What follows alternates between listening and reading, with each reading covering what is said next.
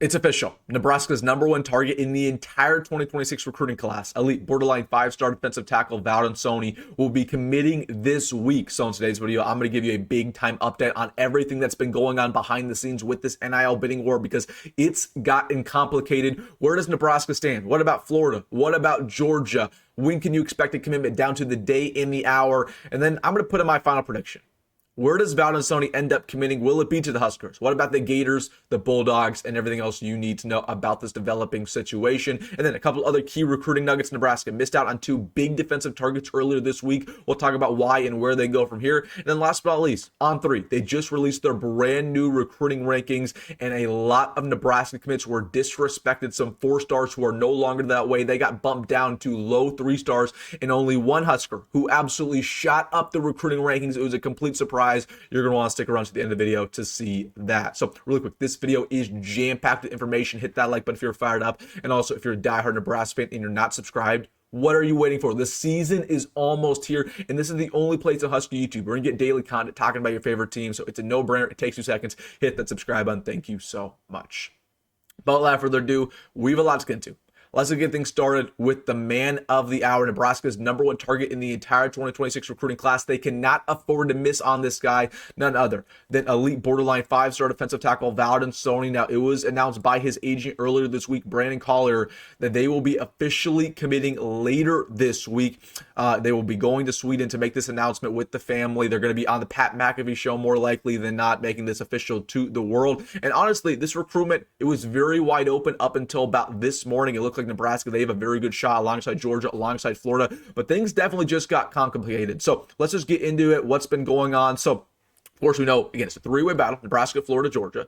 There's a lot of things to like from a Nebraska department. There's a lot of things to like from a Georgia department. It honestly is moving more towards a 2-horse race as it stands right now. Now, there's a lot of things going on in Nebraska's favor, okay? Nebraska has the money factor, right?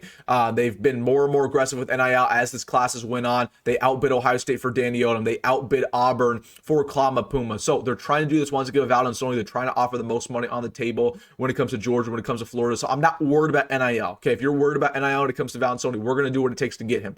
But all of the other boxes Georgia has checked, right? With the development, the playing time factor, while he could probably start as a true freshman in Nebraska, he's still going to play very early on in his Georgia career, right? The fact that Georgia is competing for national titles every single year, Nebraska hasn't done that yet. He felt like Georgia was home. He wants to have a winning culture, right? So again, he really liked Georgia. Honestly, the reason why Nebraska is still in this recruitment to this day is just because we're offering as much NIL money as all the rest of these schools, if not more, because the coaching connection's been very good with EJ Barthel and Terry Bratton. The fact that we've got his family involved time and time again, right? We actually flew out some of his family from Sweden to Lincoln for its official visit. We, of course, visited his entire family in Sweden a couple months ago. So again, there's still a lot to like from a Nebraska perspective. I think Nebraska, they're pushing that NIL money, and they're also, frankly, they're pushing the fact that he could probably start as a true freshman. That's just not going to happen at Georgia. But my sense is that if he was making just a gut decision based off his heart and money wasn't a factor, Nebraska would not be the move.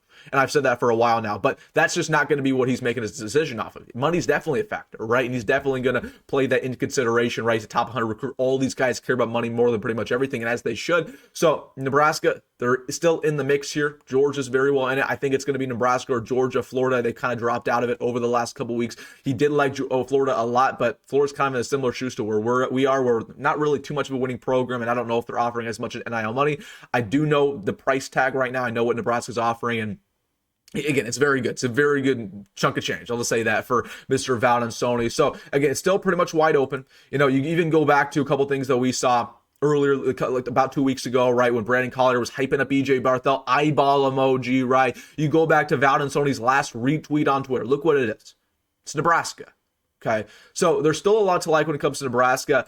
I feel like it's definitely not over, but the unfortunate news is that this morning, Georgia got crystal balled by not 1, not 2, but 3 riders at On 3 to land his commitment. Now, I will say this, it's not a complete death blow. It's not over because Steve Wiltfong didn't put in an inside prediction just yet. And when Steve Wiltfong put some in, you listen, right? It was a Florida beat reporter, and it was 2 other, I think it was two other Florida beat reporters that put in Georgia's prediction. So I'll read off to you what they said. They said, At the time, the Gators looked very good to land Valdin Sone, but the fact of the matter is that there is confidence on UGA's end and not so much on the Gators' end. In fact, I spoke to a few people with Florida that think that Sone's leaning toward the Bulldogs, moving my pick off of Florida and going with the school that I'm hearing the most about. So, it looks like, honestly, with these predictions that we saw for Valdin Sone, that honestly, they don't have the inside info. They usually sometimes with this commitments, like Hayes Fawcett will leak the commitment to some of these insiders. But when that happens, the national guys will put something in. I don't think this Florida guy who put the Georgia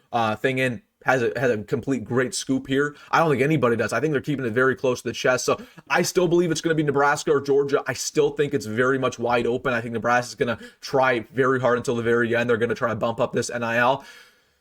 We'll see.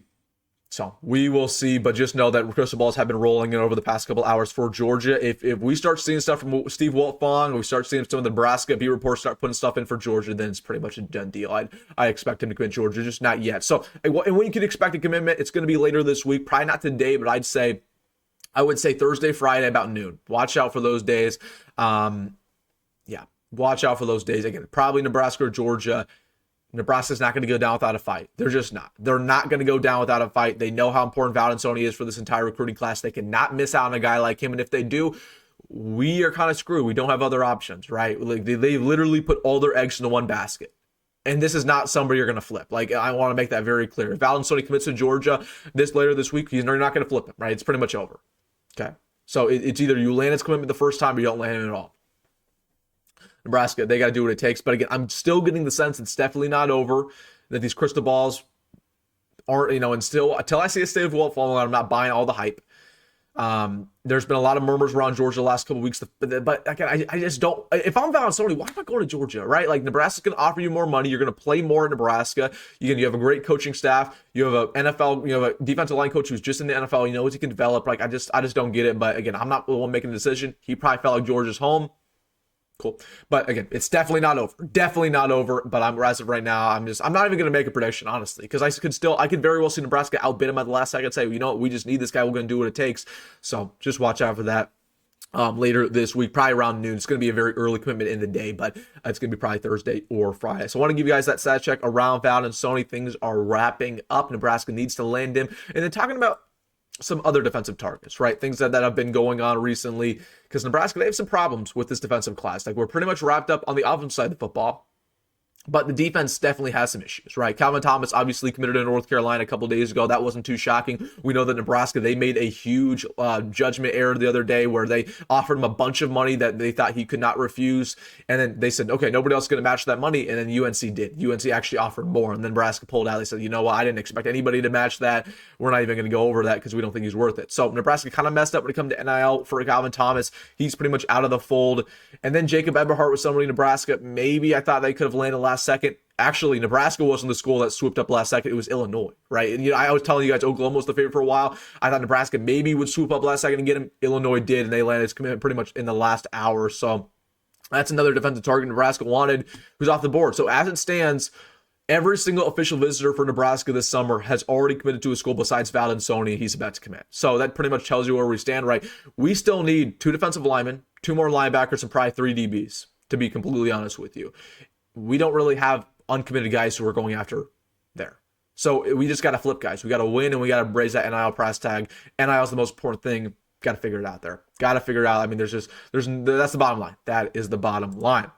And then I want to get into On3's new recruiting rankings because, man, they were pretty disrespectful. So we know that, of course, On3 and Rivals, they consolidated at the start of the month. They made completely new recruiting rankings, and a lot of the Huskers have officially been bumped down to 3-star prospects. So as it stands, Nebraska, they only have 2 4-stars in this class, Klamapuma and Danny Odom. Danny Odom clocked in at 297 overall nationally, and then Klamapuma was the big riser. He's up to the 126th player in America, so they definitely bumped him up. So shout out to Klamapuma. But other than that, Nayland Scott, no longer a 4-star according to any recruiting site. Larry Mouse, no longer a 4-star according to any recruiting site. Look at the drop that Luke Sorensen and Hayden Ainsworth had. They are now not even a top 1,000 player in America, which, I mean, honestly, that's laughable. That's laughable, right? These recruiting sites, we're going to laugh at them just a couple months when they start balling out in their senior years of high school. I think they're going to be bumped up to 4 stars when it's all said and done. I know they're 4-star prospects. I know how good they are, right? Like, The recruiting side doesn't say that. I know they're 4-star prospects. I know they're going to be solid at Nebraska. So it is what it is. Yeah, these recruiting rankings are disrespectful, man. They're bad. I mean, they are bad. Like, how can you, I'm not even going to, how can some of these recruits be above Luke Sorensen? Luke Sorensen is better than a lot of these guys. Same deal with Hayden Ainsworth. So it is what it is. But I wanted to show you guys that. And then last but not least, I just wanted to give you guys this information.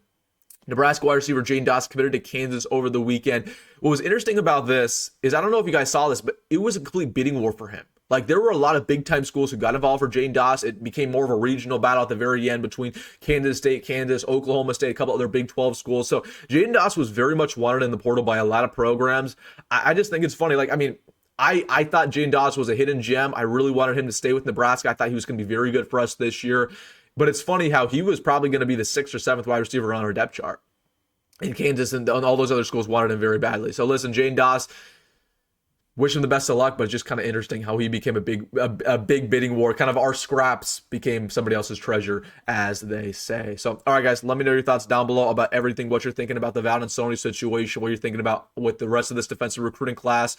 Let me know your prediction. I want to hear what you have to say. Hey, if you made this far, shout out to you. Hit that like button and subscribe as always, folks. Go McGrad, go Matt Rule, and I'll see you in the next one.